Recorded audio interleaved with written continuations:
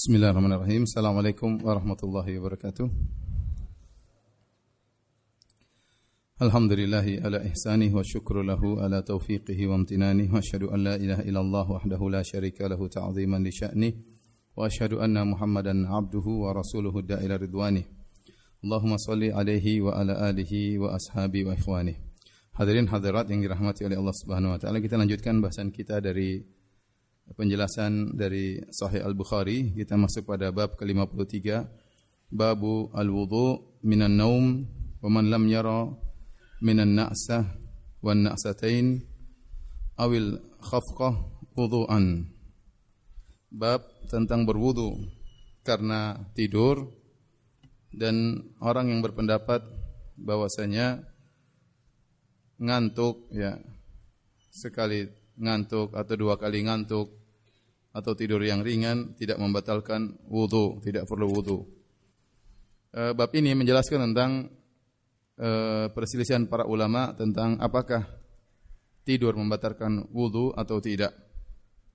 Al-Imam Al-Bukhari membawakan hadisnya, qala haddatsana Abdullah bin Yusuf qala akhbarana Malik an Hisham an abihi an Aisyah radhiyallahu anha anna Rasulullah sallallahu alaihi wasallam qala, bahwasanya Rasulullah sallallahu alaihi wasallam bersabda, idza na'asa ahadukum wa huwa yusalli, kalau salah seorang dari kalian ngantuk padahal dia sedang salat, falyarqud, maka hendaknya dia tidur, hatta yadhhaba anhu naumu, sampai hilang rasa kantuknya. Fa inna ahadakum idza shalla wa huwa na'is, karena salah seorang dari kalian kalau dia salat dalam kondisi ngantuk, la yadri, dia tidak tahu, la'allahu yastaghfiru fayasubba nafsahu, bisa jadi dia ingin beristighfar ternyata dia malah memaki dirinya sendiri.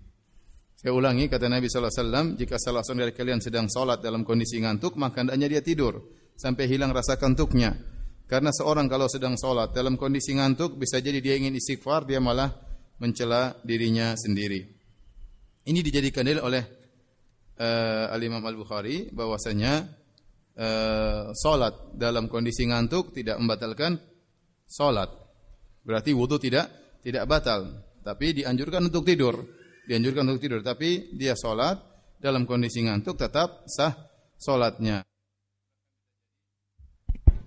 Bahkan bisa jadi dia waktu salat dia ingin beristighfar, dia salah ngomong, dia malah mencela dirinya sendiri. Tetapi hadis ini menunjukkan orang yang salat dalam kondisi ngantuk salatnya sah.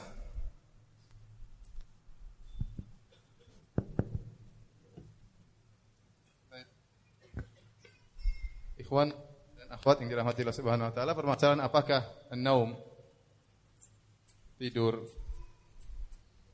membatalkan wudu?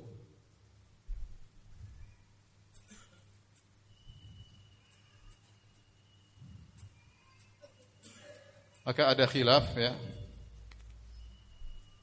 Sebelum ada yang mengatakan bahwasanya tidur pembatal wudu. Pembatal wudu secara mutlak.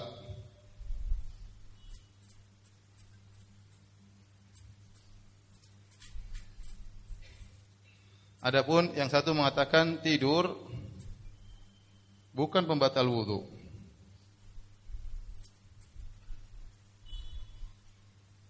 Tapi dia adalah madhinnatul hadath. Maksudnya rawan terjadi hadas, rawan timbulnya hadas. Dalam hal ini apa ya? Kentut, ya, atau buang angin sedikit. Jadi ada khilaf, apakah tidur itu sendiri membatalkan wudu, ya, atau hanya sekedar madhinnah. Dia bukan batal wudu, tapi sangat dikhawatirkan orang kalau tidur bisa batal wudu. Bagi yang berpendapat tidur membatalkan wudu secara mutlak, di antaranya Al-Muzani. Al-Muzani ini murid langsung Al-Imam Syafi'i rahimahullahu taala. Dia punya buku namanya Mukhtasar Al-Muzani, yang salah satu buku pegangan, buku induk dari mazhab Syafi'iyah. Karena Al-Muzani mengumpulkan dalam buku tersebut sebagian dari kitab Al-Um dari Imam Syafi'i rahimahullah, dan dari ceramah-ceramah langsung yang dia dengar, pelajaran langsung dari Imam Syafi'i rahimahullah ta'ala. Dia punya buku namanya Mukhtasar Al-Muzani, dan dia dalam Mukhtasar Al-Muzani sering menyelisih Imam Syafi'i rahimahullah ta'ala, ya. Dia mengatakan, Imam Syafi'i mengatakan demikian, saya berpendapat demikian. Dialah Al-Muzani yang terkenal juga punya bukunya namanya Syarhus Sunnah lil Muzani, buku tentang akidah salaf, tentang akidah Ahlussunnah wal Jamaah. Ya, kalau barang siapa ingin tahu akidahnya Imam Syafi'i, baca kitab Mukhtasar Al-Muzani, itulah akidah salafus saleh ya. Al-Muzani berpendapat bahwasanya tidur membatalkan wudu secara mutlak, baik sedikit maupun banyak. Pokoknya namanya tidur, kalau sudah tidur maka membatalkan apa? Wudu. Pendapat yang kedua, dan ini jumhur ulama, mayoritas ulama, bahwasanya tidur tidak membatalkan wudu, tetapi rawan ya menimbulkan hadas. Oleh karenanya khilaf di kalangan mereka, tidur bagaimanakah yang membatalkan wudu?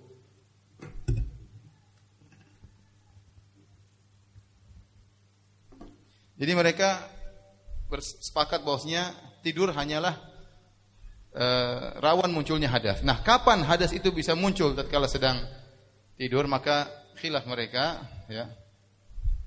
Khilaf tidur bagaimanakah yang dianggap membatalkan wudu?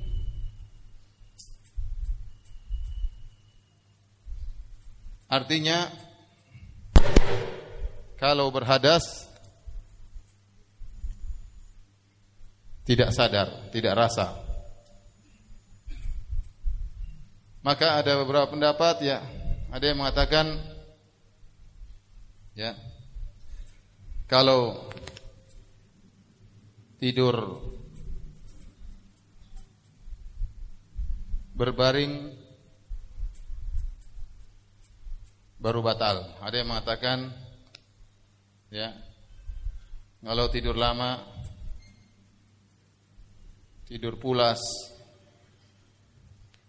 Ada yang mengatakan ya, tidur duduk pun tapi bersandar membatalkan. Intinya ada pendapat, beberapa pendapat ya. Intinya ada beberapa pendapat bahwasanya tidur bagaimanakah yang membatalkan wudu? Karena mereka mengatakan tidur bukan membatalkan wudu.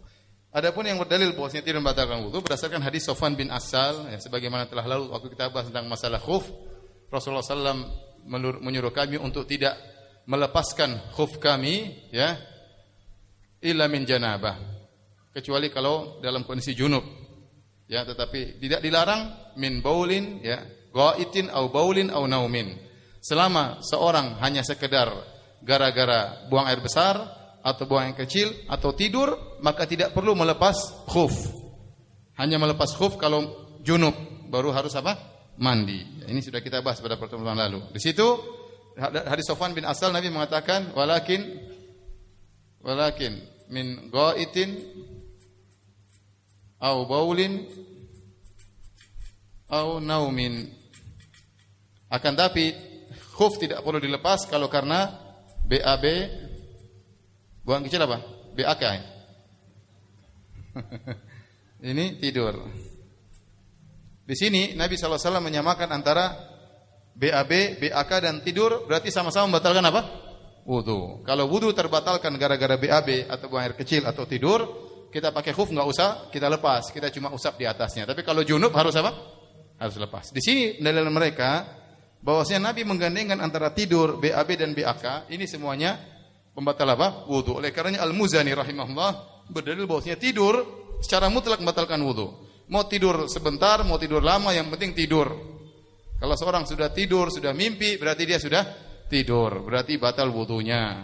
Ini namun diselisih oleh para jumhur ulama karena dalil yang lain disebutkan para sahabat tidur nunggu salat, Nabi enggak salat Isya, Nabi belum keluar-keluar, belum datang-datang untuk jadi imam, sampai para sahabat tertidur, sampai takhfiqu ru'usuhum, sampai kepala mereka begini.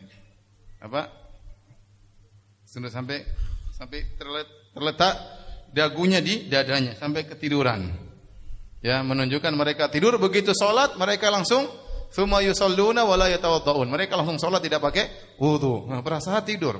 Sampai di sini dalam sebagian riwayat disebutkan terdengar suara mereka ngorok ya. Sebagian mereka sampai terdengar suara mereka ngorok, begitu qomat mereka langsung apa? Salat. Bahkan Ibnu Hajar menyebutkan riwayat, ya. Mereka sampai tidur ala junubim, sampai mereka berbaring. Bukan cuma tidur duduk sampai berbaring, begitu qomat mereka langsung berdiri, langsung apa? Salat.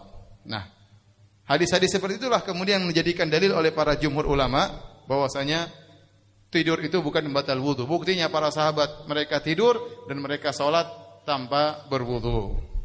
Oleh karenanya tidur bagaimana yang membatalkan wudu, itulah khilaf di kalangan mereka, di kalangan para jumhur ulama. Namun wallahu a'lam bishawab, sebagaimana pernah saya sampaikan, pendapat yang kuat adalah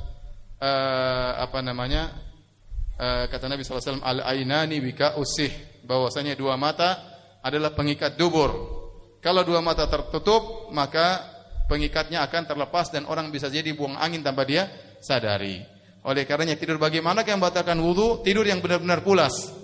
Kalau seorang benar-benar tidur, dibangunkan sampai bangun, itu batal. Tapi kalau langsung dia sadar, itu berarti belum batal. Atau dia pegang misalnya pena, kemudian penanya jatuh, dia masih belum tidur, dia langsung terjaga, berarti dia belum apa? Belum batal.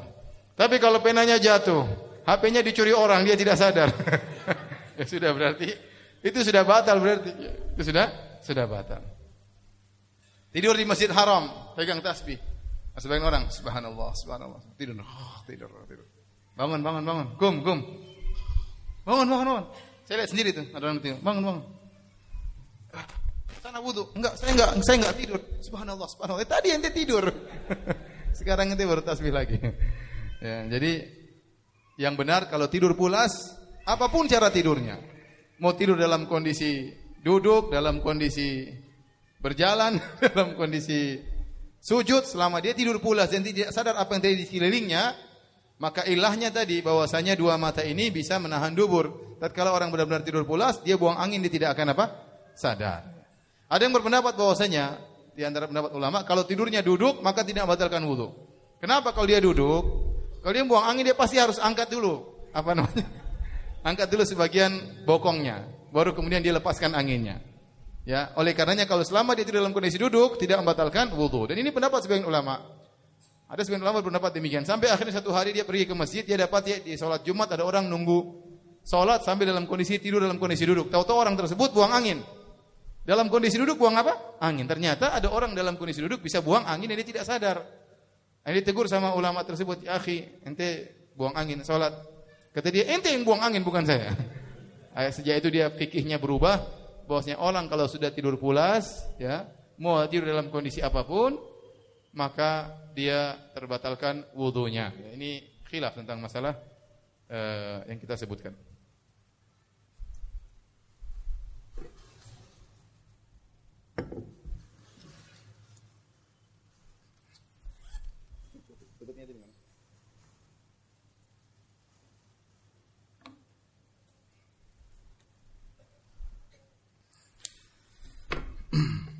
Baik, kita lanjutkan ya. Jadi saya bacakan tadi sebagian riwayat ya. Dalam riwayat Abu Daud, kana ashabun Nabi sallallahu alaihi wasallam yantaziruna salat ma'an Nabi sallallahu alaihi wasallam. Adalah para sahabat mereka menunggu salat, nunggu sampai Nabi keluar jadi imam, mungkin salat Isya lama. Fayanamun, mereka pun tidur. Summa yusallun wa la yatawadda'un. Kemudian mereka salat tanpa berwudu lagi. Sebenarnya mengatakan maksudnya tidur dalam kondisi duduk. Tetapi datang dalam riwayat yang sahih kata Ibnu Hajar, hadis yang sama, fayadhauna junubahum. Mereka berbaring, faminhum man yanam thumma yaqumuna ila salat. Di antara mereka ada yang tidur dalam kondisi berbaring, begitu qomat dia berdiri kemudian dia salat ya. Maka ini menunjukkan orang yang tidur dalam kondisi berbaring pun belum tentu batal wudunya. Selama dia tidurnya masih tidur yang ringan. Adapun kalau tidurnya sudah berat, dia sudah mimpi, sudah kemana-mana, ya sampai kalau penanya jatuh pun dia tidak sadar, ya benar-benar dia sudah tidak sadar. Ini baru wudunya batal. Tapi kalau dia masih tidur, orang bilang tidur ayam, setengah-setengah sadar, maka itu tidak membatalkan wudu. Seperti seorang di mobil jalan dia tidur. Kalau tidurnya setengah-setengah, maka tidak membatalkan wudu. Tapi kalau dia tidur bangun-bangun sudah di bandara, Sudah sampai ya, itu sudah jelas wudunya apa? Batal karena tidak sadar sama sekali. Baik, hadis berikutnya. Qala haddatsana Abu Ma'mar qala haddatsana Abdul Warits. Berkata Imam Al-Bukhari telah menyampaikan kepada kami Abu Ma'mar menyampaikan kepada kami Abdul Warits haddatsana Ayyub an Abi Qilabah an Anas anin Nabi sallallahu alaihi wasallam dari Anas bin Malik dari Nabi sallallahu alaihi wasallam. Qala idza na'asa fi sholati falyanam hatta ya'lama ma yaqra. Jika salah seorang dari kalian salat dalam kondisi ngantuk maka hendaknya dia tidur sampai dia tahu apa yang dia baca. Ya, karena tujuan salat kata Allah wa aqimis sholata li dzikri, dirikanlah salat untuk mengingatku. Orang salat dalam kondisi ngantuk, tidak sadar apa yang dia ucapkan, mending dia tidur karena dia terluputkan dari tujuan salat. Tujuan salat adalah mengingat apa? Allah Subhanahu wa taala. Dan ini umum, hadis ini umum berlaku pada salat wajib maupun salat sunnah. Bahkan kata Syekh Utsaimin rahimahullahu taala, bisa jadi seorang di sepertiga malam terakhir dia sedang salat tahajud tapi dia ngantuk berat. Maka hendaknya dia tidur. Dia pasang waker, misalnya pasang alarm, nanti dia bangun. Ya, meskipun dia tidur setengah jam, tidur dulu. Kalau memang dia benar-benar sangat ngantuk, dia tidak bisa menikmati solatnya, dia tidak tahu apa yang dia baca, maka dianjurkan dia apa? Tidur. Meskipun dia di solat sepertiga malam yang terakhir. Ya. Tetapi itu jarang-jarang. Tapi kalau kebiasaan setiap bangun ngantuk terus ya berarti waktu tidurnya yang diperbaiki. Hendaknya dia tidur lebih awal ya.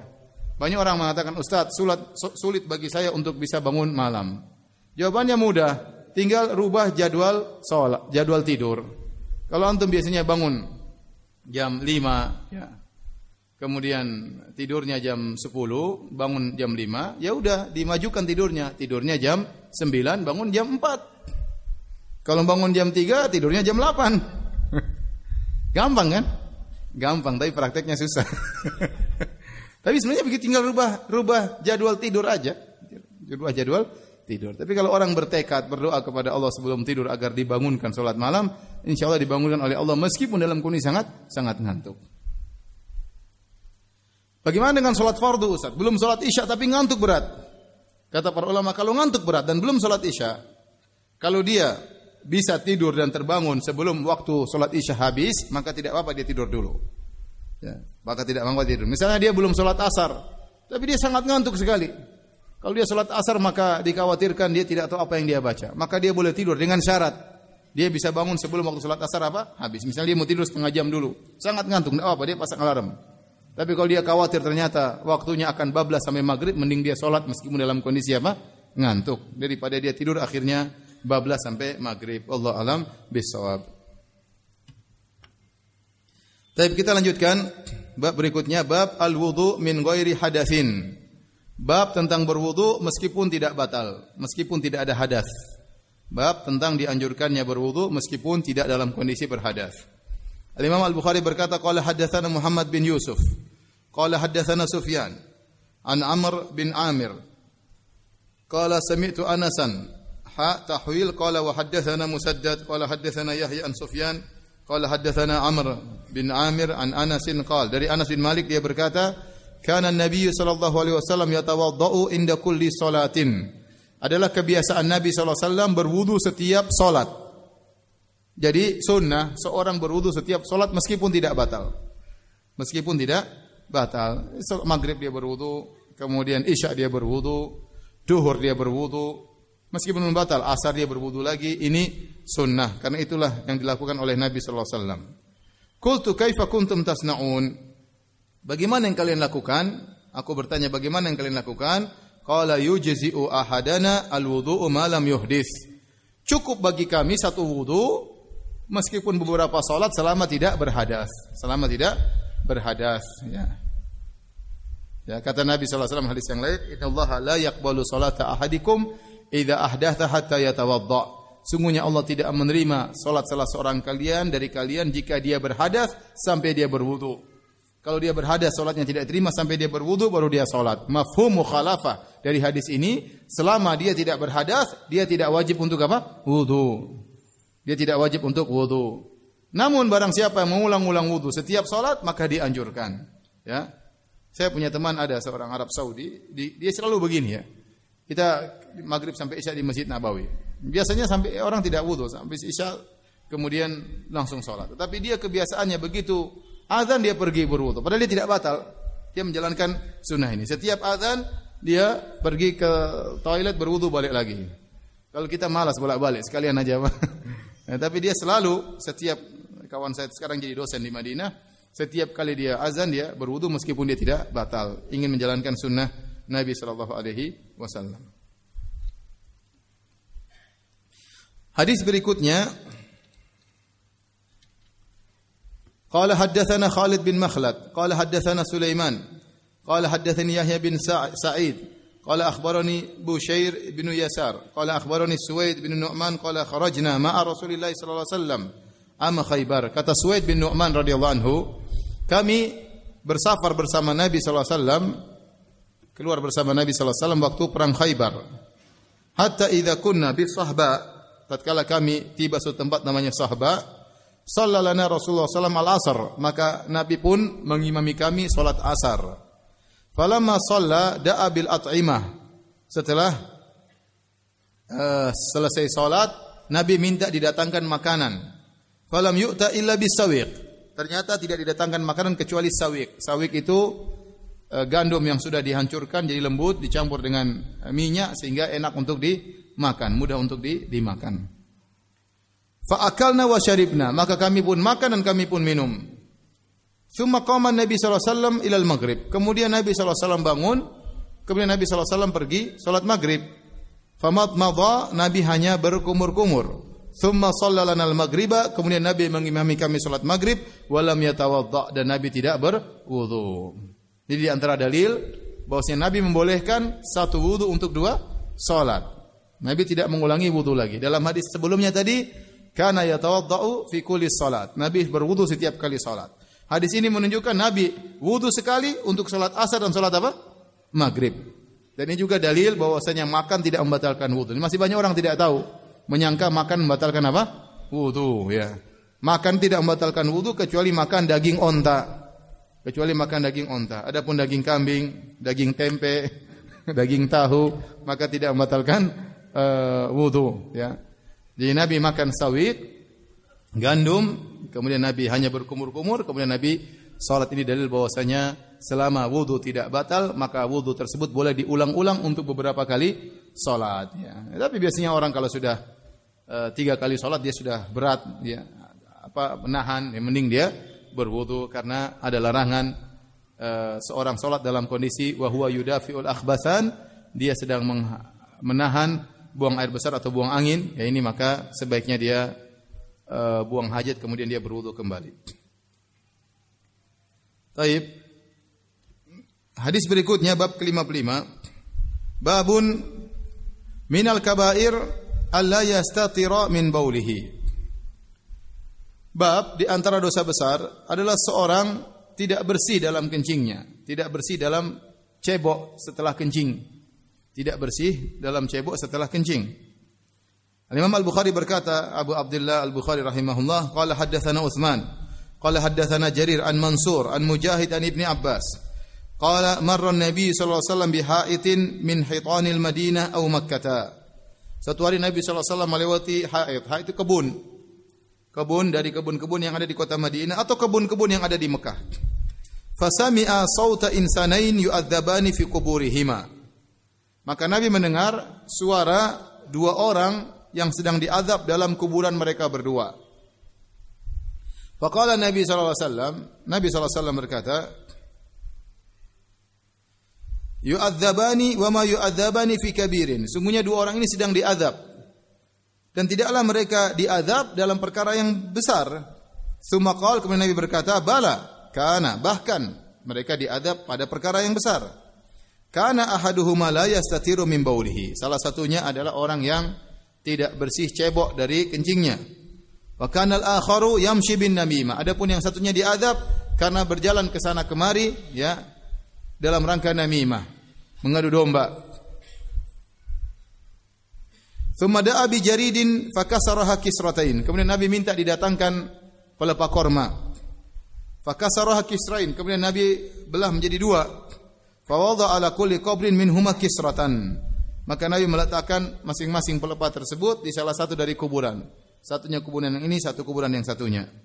Faqila lahu, maka ditanya kepada Rasulullah, "Ya Rasulullah, lima fa'alta hadza?" Kenapa Anda melakukan ini? Karena aneh. Nabi minta didatangkan pelepah korma, dibelah dua, kemudian ditancapkan kepada dua kuburan tersebut. Qala, Nabi mengatakan, "La'allahu an yukhaffafa anhuma ma lam taybasa." Semoga kedua orang ini diringankan azabnya selama dua pelepah korma ini, jaridah korma, belum kering.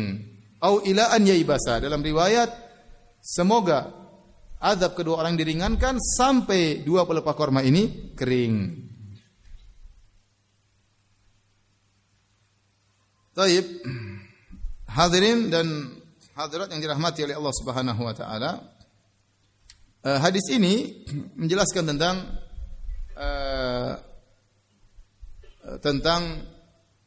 adanya azab kubur, dan azab kubur datang dalam hadis-hadis yang mutawatir, ya. Berbeda dengan pendapat sebagian kelompok yang mengatakan tidak ada azab kubur. Dan ini asalnya adalah akidahnya Mu'tazilah. Akidahnya Mu'tazilah mengatakan tidak ada azab kubur karena mereka terlalu mengagungkan akal. Kemudian mereka mengatakan tidak ada azab kubur, kuburan dibuka enggak ada api keluar di situ, ya tidak ada apa-apa, ya. Kemudian juga mereka mengatakan dalil-dalil yang menunjukkan adanya azab kubur adalah dalil-dalil yang ahad, bukan mutawatir.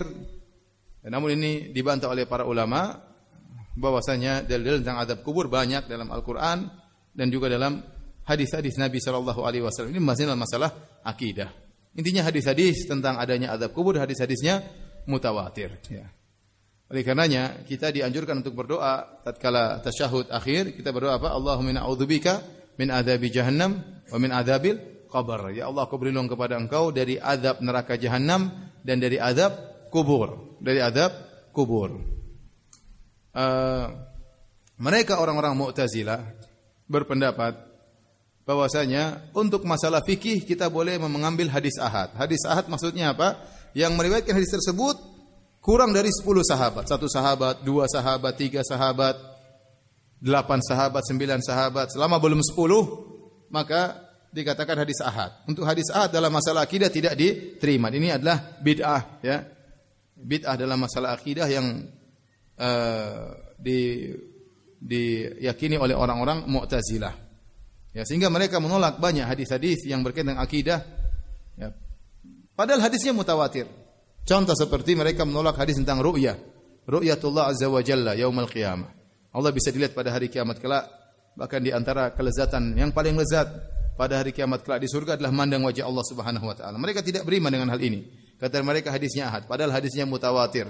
Diriwayatkan sekitar 25 sahabat lebih, 26 sahabat lebih.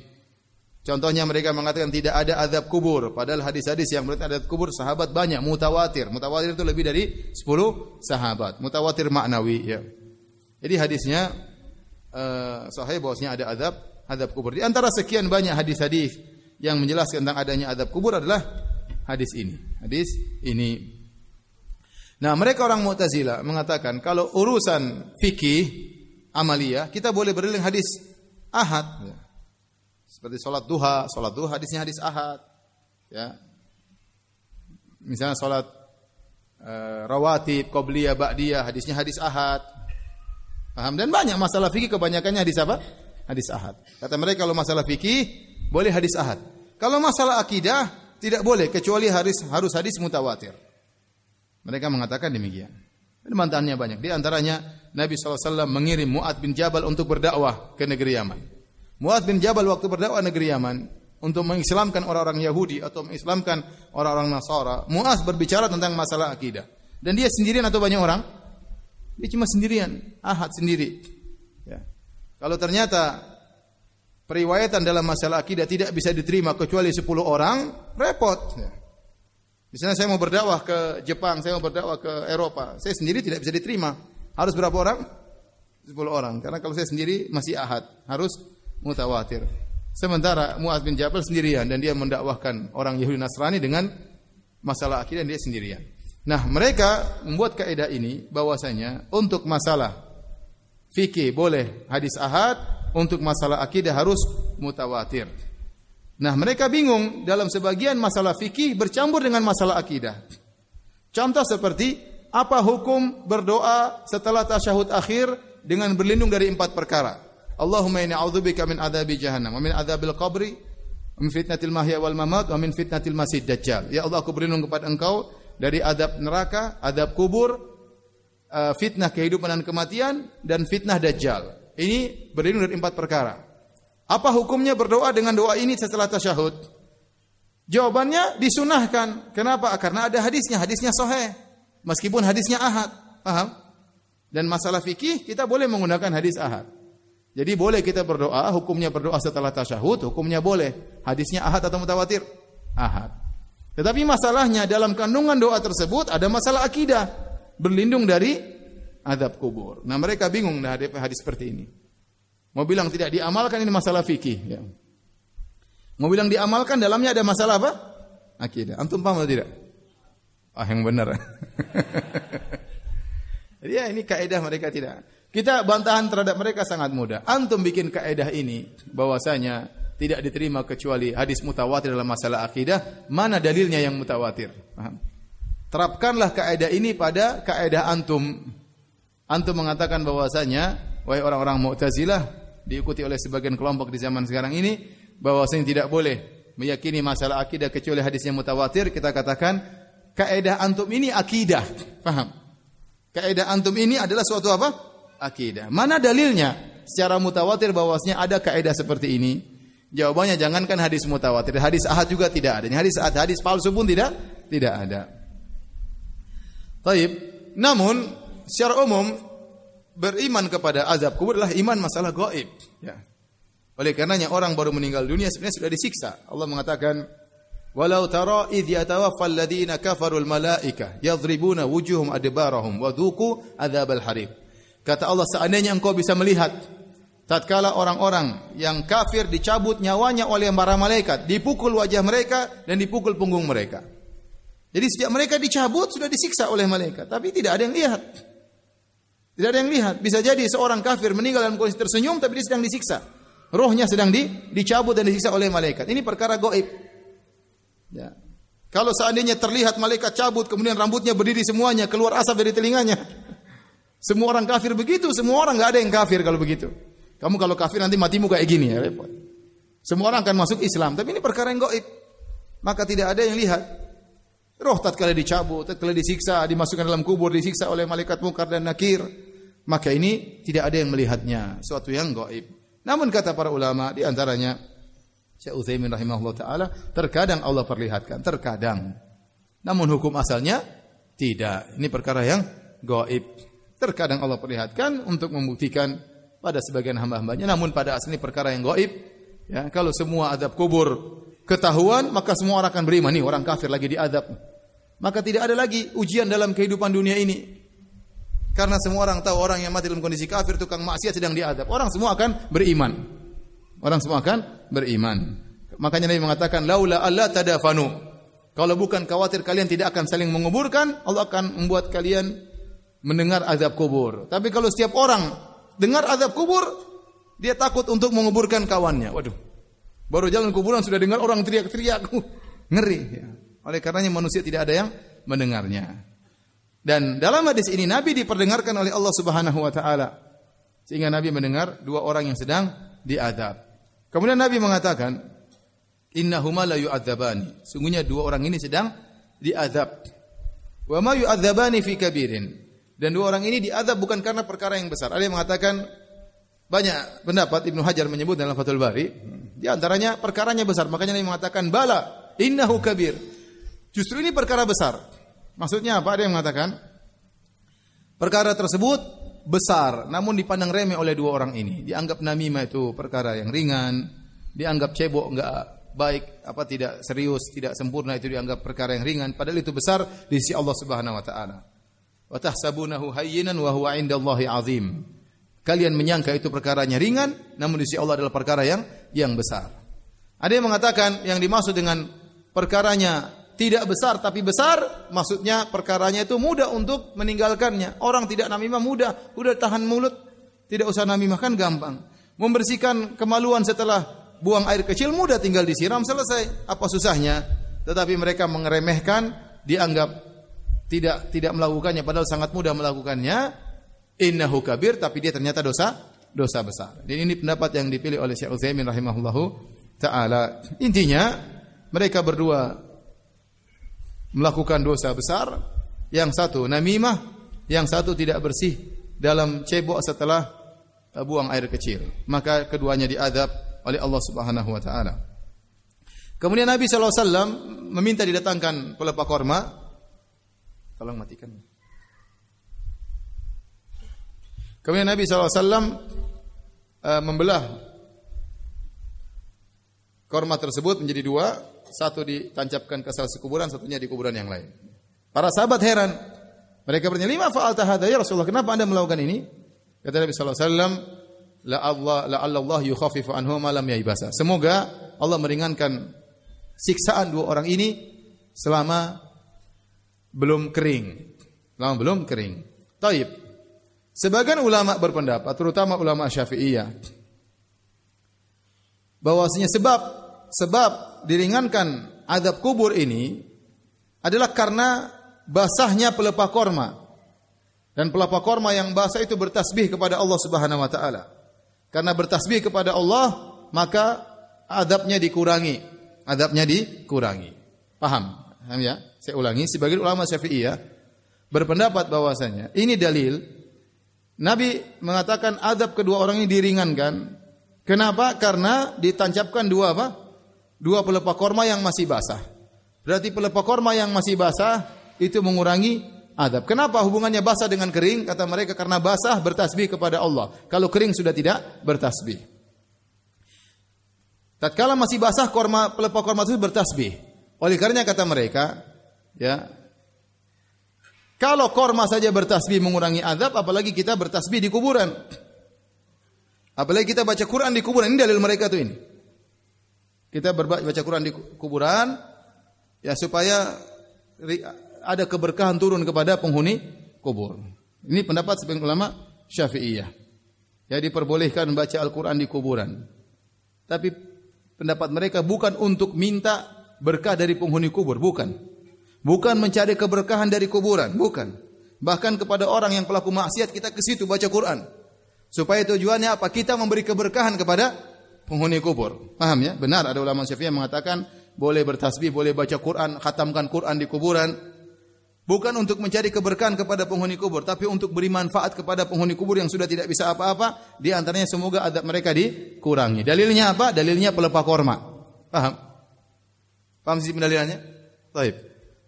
Namun pendapat ini kita katakan tidak kuat. Tidak kuat. Pertama, sisi bantahannya, ya, bahwasanya dikurangi azab kedua penghuni kuburan tersebut bukan karena pelepah kormanya, tapi karena syafaat Nabi sallallahu alaihi wasallam. Karena syafaat Nabi sallallahu alaihi wasallam dalam riwayat, ya, hadis Jabir radhiyallahu taala anhu, Nabi sallallahu alaihi wasallam berkata, "Inni marartu bi qabrain." Aku melewati dua kuburan.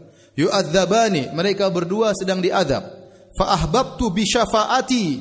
Aku berharap dengan syafaatku an yurfa anhuma ma damal gusnan ratbain. Aku berharap dengan syafaatku akan diangkat azab mereka berdua selama kedua batang tersebut, cabang tersebut masih basah. Berarti dikurangi azab mereka itu bukan karena apa? Bukan karena basah keringnya pohon korma atau pelepah korma, tapi karena apa? Karena doa Nabi SAW. Dalam riwayat bisyafaati. Oleh karenanya Nabi tidak melakukan hal ini pada setiap kuburan. Nabi hanya melakukan pada kuburan ini, atau ada sebagian pendapat mengatakan pada 3 kuburan. Karena datang dalam beberapa hadis Ibnu Abbas, kemudian hadis Anas, kemudian hadis Jabir radhiyallahu taala, hadis Ibnu Abbas, hadis Jabir radhiyallahu taala anhuma, sehingga mereka mengatakan Nabi beberapa kali, ada yang mengatakan 2 kali, ada yang mengatakan 3 kali. Tetapi Nabi, ini bukan kebiasaan Nabi menancapkan pelepah korma pada setiap kuburan. Buktinya waktu Nabi melakukan demikian, sahabat bertanya, "Lima fa'alta hadza?" Kenapa Anda melakukannya? Karena ini bukan kebiasaan Nabi. Dan yang benar bahwasanya dikurangi azab bukan karena masalah basah tidaknya apa? Pelepah korma, tapi karena doa Nabi sallallahu alaihi wasallam. Yang kedua, apa bedanya pelepah korma basah dengan kering? Kalau mereka berkata basah bertasbih, mana dalilnya kalau kering tidak bertasbih? Allah mengatakan yusabbihu lahu ma fis samawati ma fil ard.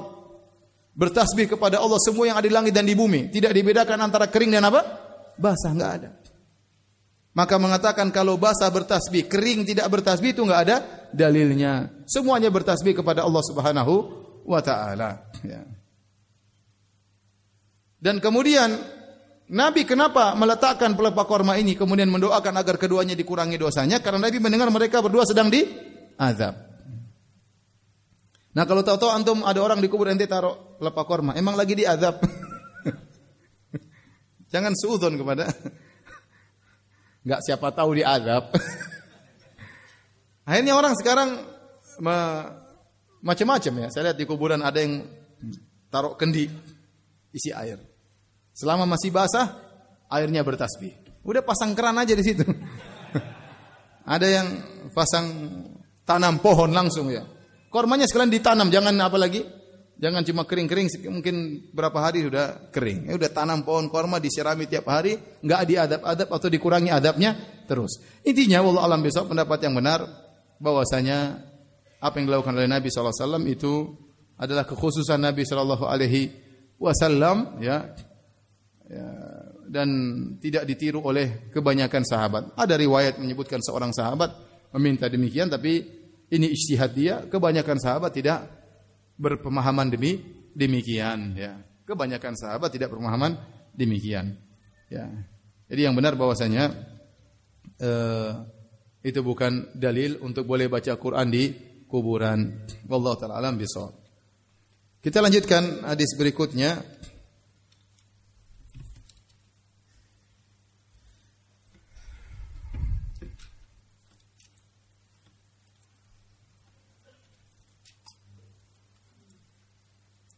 Bab ma jaa fi ghuslil baul.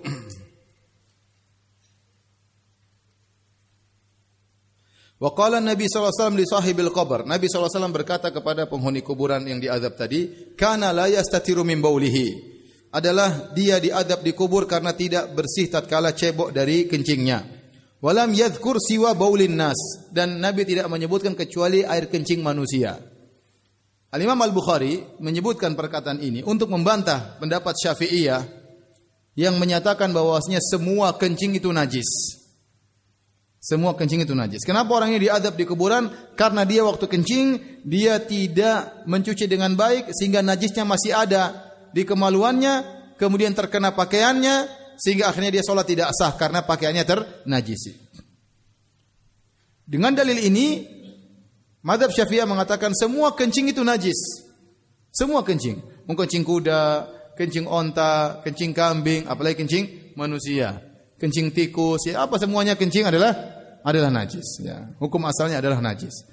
Al-Imam Al-Bukhari bantah. Kata Imam Bukhari, yang dimaksud dengan kencing dalam hadis ini hanyalah kencing manusia. Jangan dikiaskan dengan kencing-kencing yang lainnya. Ini dalil bahwa Imam Bukhari bukan bermadzhab Syafi'i. Makanya dia banyak menyelisih pendapat Imam apa? Syafi'i. Dan inilah pendapat yang lebih kuat bahwasanya yang najis dalam hadis ini cuma berkaitan dengan kencing manusia. Ya. Adapun kencing hewan-hewan yang bisa dimakan dagingnya maka tidak najis. Sebenarnya akan datang dalam Sahih Bukhari juga Nabi SAW menyuruh orang-orang untuk berobat dengan minum air kencing onta. Ya, minum air kencing onta. Dan kita tahu air kencing onta ya boleh diminum untuk obat. Ya. Kemudian juga Nabi menyuruh solat di kandang kambing. Kata Nabi SAW, "Sallu fi marabidil ghanam." Salatlah kalian di kandang kambing. Yang namanya kandang kambing tidak akan lepas dari percikan air kencing apa? Kambing, ada kotoran kambing, dan itu semua meskipun menjijikkan namun tidak najis. Tidak semua yang menjijikkan itu najis. Tidak semua yang menjijikkan itu najis. Ya. Bisa jadi ada makanan ayam sudah kita biarkan kemudian basi, bau busuk, najis atau tidak? Tidak. Meskipun dia sudah basi dan busuk, tapi itu bukan najis. Kita bersih bukan karena bersihkan, bukan karena najis, tapi karena kotor. Sama seperti kencing, seperti apa? Ingus, seperti hal yang keluar dari tubuh manusia yang tidak enak, tapi itu bukan hal yang najis meskipun kotor. Oleh karenanya dalil menunjukkan bahwasanya boleh minum dari kencing onta dan ini dikiaskan kepada hewan-hewan yang boleh dimakan, maka air kencingnya tidak najis. Seperti kencing ayam, ya. Kotoran ayam itu tidak najis. Kotor, iya kotor, tapi tidak najis. Kencing kambing, kotoran kambing itu tidak najis. Ya. Sebagaimana kencing onta. Adapun hewan yang tidak boleh dimakan, maka ada khilaf lagi di kalangan para ulama. Ada yang mengatakan bahwasanya tidak najis kecuali yang datang dalam nas seperti raus. Raus adalah kotoran himar atau kotoran kuda, itu disebut dengan raus. Selain itu maka tidak najis. Nah, sebagian ulama mengkiaskan himar, rausnya, kotorannya adalah najis. Kenapa himar enggak boleh dimakan? Oleh karenanya semua hewan yang tidak bisa dimakan itu kotorannya najis, ya. Tapi intinya di sini saya ingin menjelaskan bahwasanya Imam Al-Bukhari membantah pendapat mazhab Syafi'iyah yang menyatakan semua kencing adalah najis. Wallahu ta'ala alam bisawab. Kita salat dulu, ya. Atau bagaimana? Azan dulu, ya. Azan dulu baru kita lanjut. Silakan azan.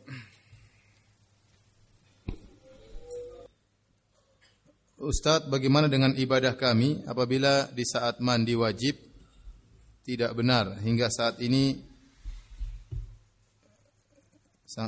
berdua terus mandi seperti biasa, ya.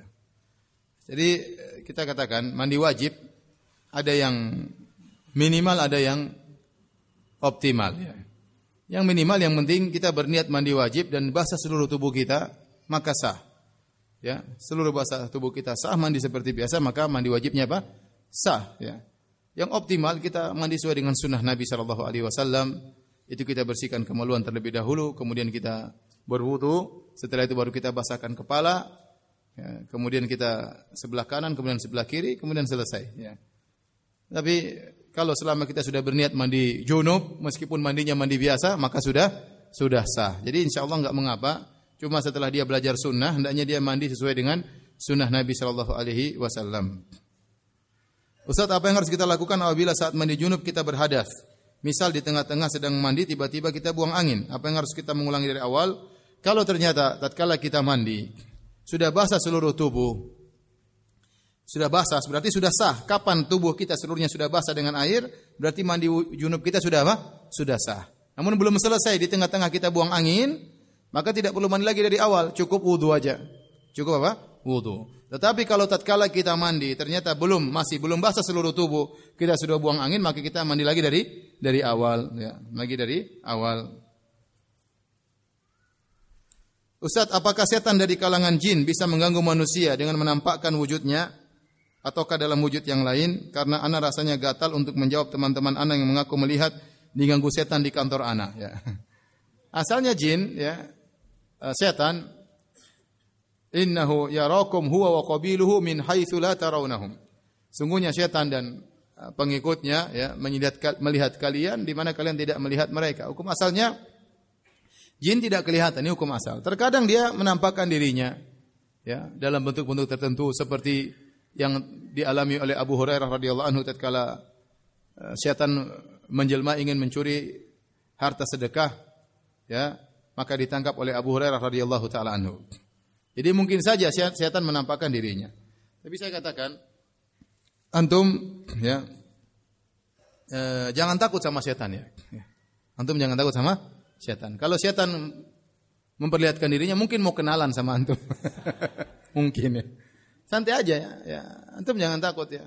Antum punya Allah Subhanahu wa taala, antum punya ayat kursi, antum punya 3 kul, ya.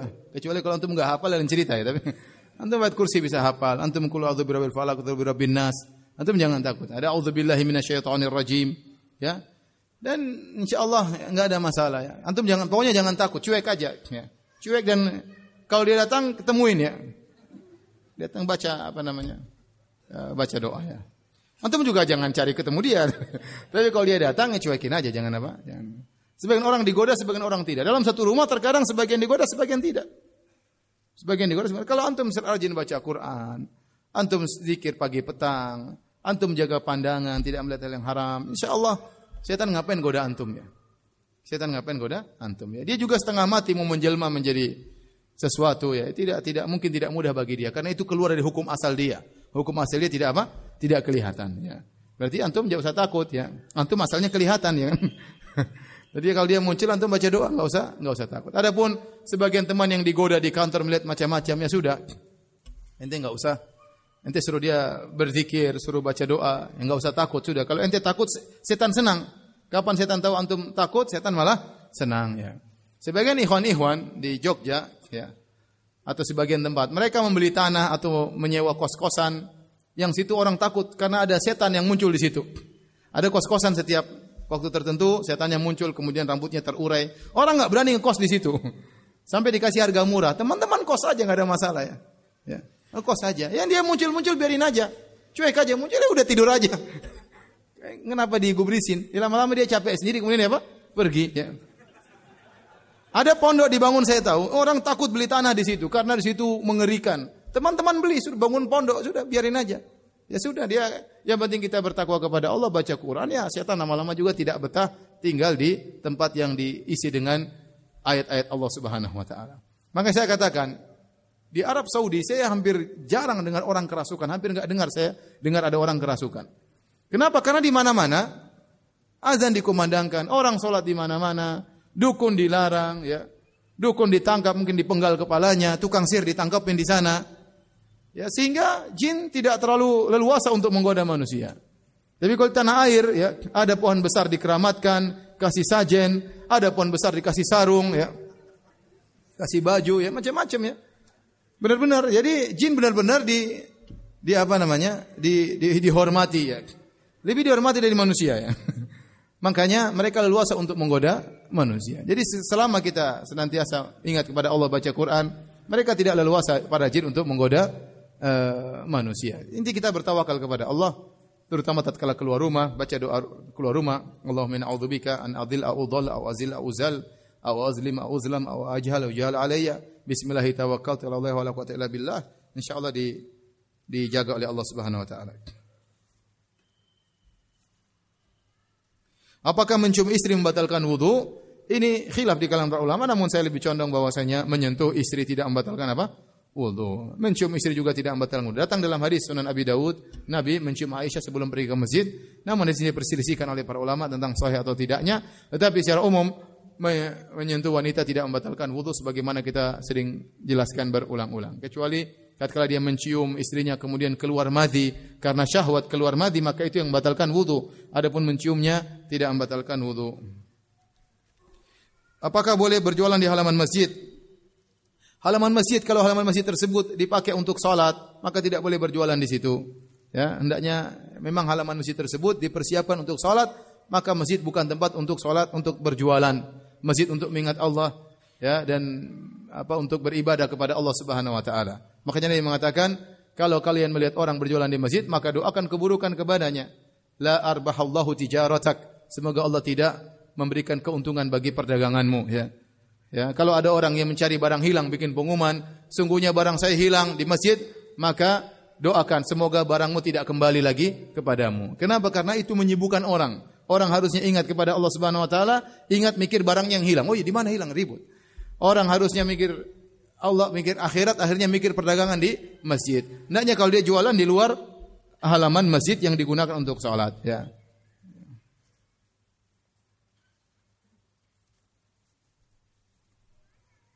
Ustaz, bagaimana tips agar rezeki berlimpah? Saya tidak menyatakan seorang berdoa agar rezekinya berlimpah, tapi minta rezeki yang thayyiban. Ya, rezeki yang thayyiban atau rezeki yang berlimpah tapi berkah.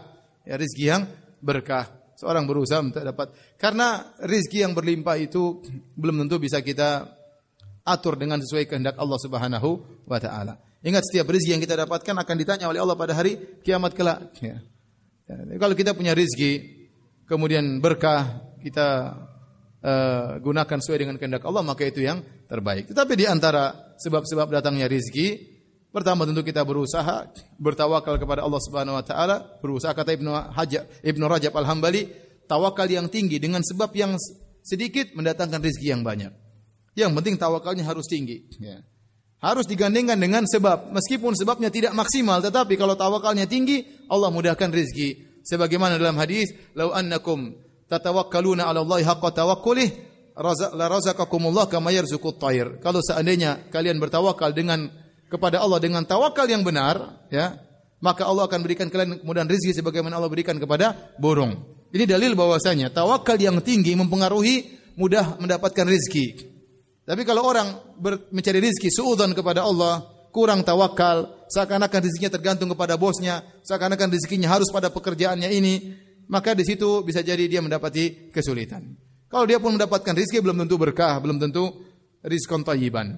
Jadi di antaranya harus bertawakal dengan tawakal yang tinggi bahwasanya rezeki di tangan Allah Subhanahu wa taala. Keyakinanmu tentang rezeki di tangan Allah lebih daripada keyakinanmu rezeki di tangan bosmu.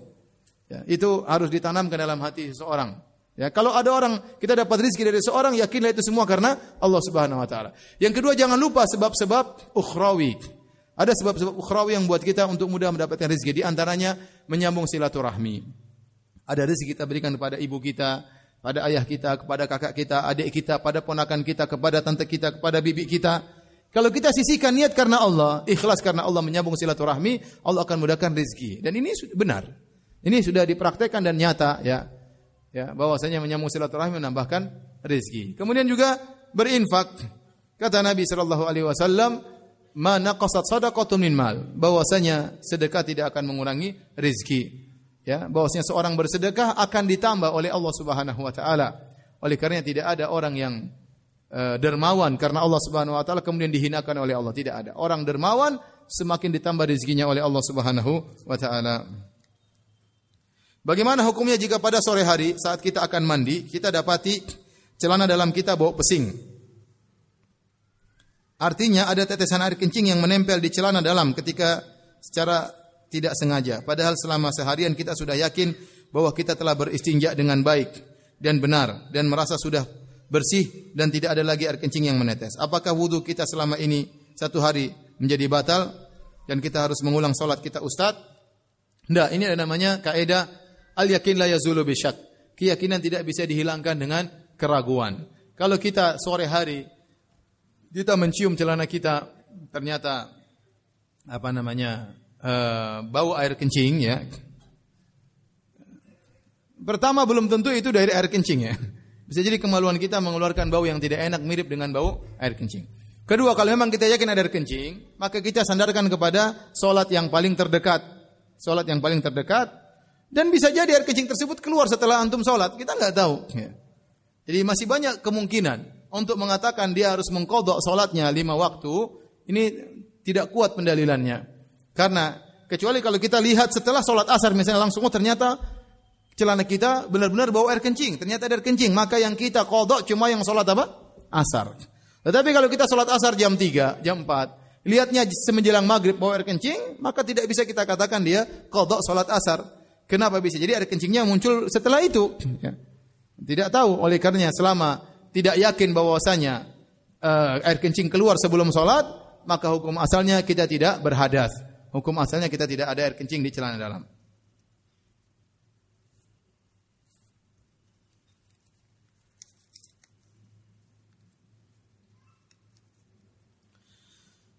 Ustaz, bagaimana kalau kita puasa Ayyamul Bid pas di hari ketiga kita batal? Mohon penjelasannya. Kalau kita puasa Ayyamul Bid, puasa sehari, berbuka, kemudian puasa lagi, berbuka lagi, ya. Kalau ternyata kita batal, ya kita lanjutkan aja. Kita batal berarti besoknya kita nggak usah puasa, besoknya lagi kita apa? Puasa lagi. Nggak ada masalah, ya. Karena kita ada halangan sehingga Ayyamul Bid yang kita lakukan. Ini Ayyamul Bid, ya. Oh, Ayyamul Bid, mohon maaf, Ayyamul Bid. Saya pikir puasa Daud. Kalau Ayyamul Bid 13, 14, 15. Misalnya tanggal 15 kita batal, kita boleh puasa hari yang lain. Bebas kapan saja. Karena disunahkan kita berpuasa sebulan 3 hari. Jadi antara hari yang terbaik adalah Ayyamul Bid. Seandainya seorang tidak bisa sempurna 13, 14, 15 bulan Hijriah, dia batal misalnya hari pertama, dia hanya puasa 14, 15, maka dia boleh puasa hari ke-16. Hari yang satu batal dia boleh puasa kapan saja. Dia boleh puasa nanti Senin, dia boleh puasa hari Kamis, enggak ada masalah.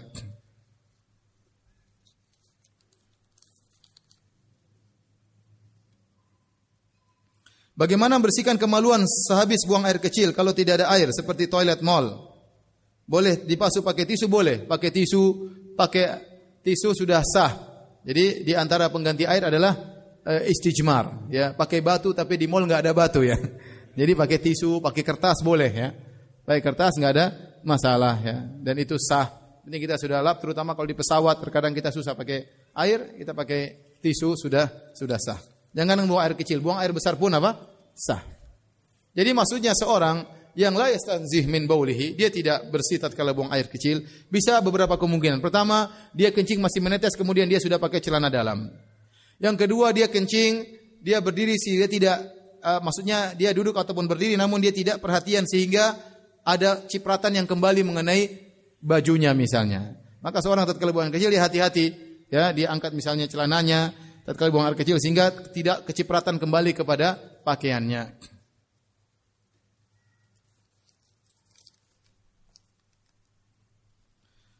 Apabila mengucapkan talak roji'i kepada istri, lalu ketika di pengadilan agama diminta membaca ikrar telah kembali, apakah jadi talak satu atau talak dua karena mengucapkan kalimat talak dua kali?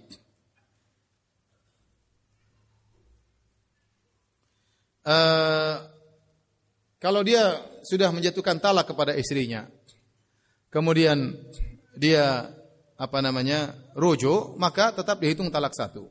Kalau di pengadilan disuruh menceritakan kembali, maka dia ceritakan, saya sudah mentalak istri saya. Jangan dia jatuhkan talak yang kedua. Tapi dia mengatakan, saya sudah pernah menjatuhkan talak kepada istri saya dan saya kembali. Tapi kalau dia mengatakan, saya talak kamu lagi, ya dua kali berarti. Tapi kalau dia mengatakan, dia menceritakan masa lalu, saya sudah mentalak istri saya dan sekarang saya kembali, maka tetap dihitung satu, tidak dihitung dua. Bagaimana hukumnya jika kemaluan seorang lelaki mengeluarkan suatu cairan putih? Apakah harus mandi junub atau berwudu? Kalau yang mandi junub itu hanya kalau keluar air mani. Air mani itu keluar dengan ada pancaran min ma'in dafiq, dari air yang terpancar, yang mengakibat setelah keluar terpancar tersebut menimbulkan futur, yaitu kelemahan. Itu terjadi ejakulasi, itulah air mani. Adapun jika keluar air tanpa ada ejakulasi, hanya sekedar syahwat, kemudian keluar air dan meskipun ada rasa kelazatan, maka itu namanya air madhi. Itu tidak wajib mandi junub, hanya sekedar wudu dan membersihkan kemaluan dari air madhi tersebut. Tetapi kalau tidak ada syahwat, kemudian keluar air dari kemaluan, ya, apakah setelah kencing atau sebelum kencing, itu namanya al-wadi. Al-wadi itu hukumnya sama dengan kencing. Sama, berarti cuma hanya berwudu dan dibersihkan.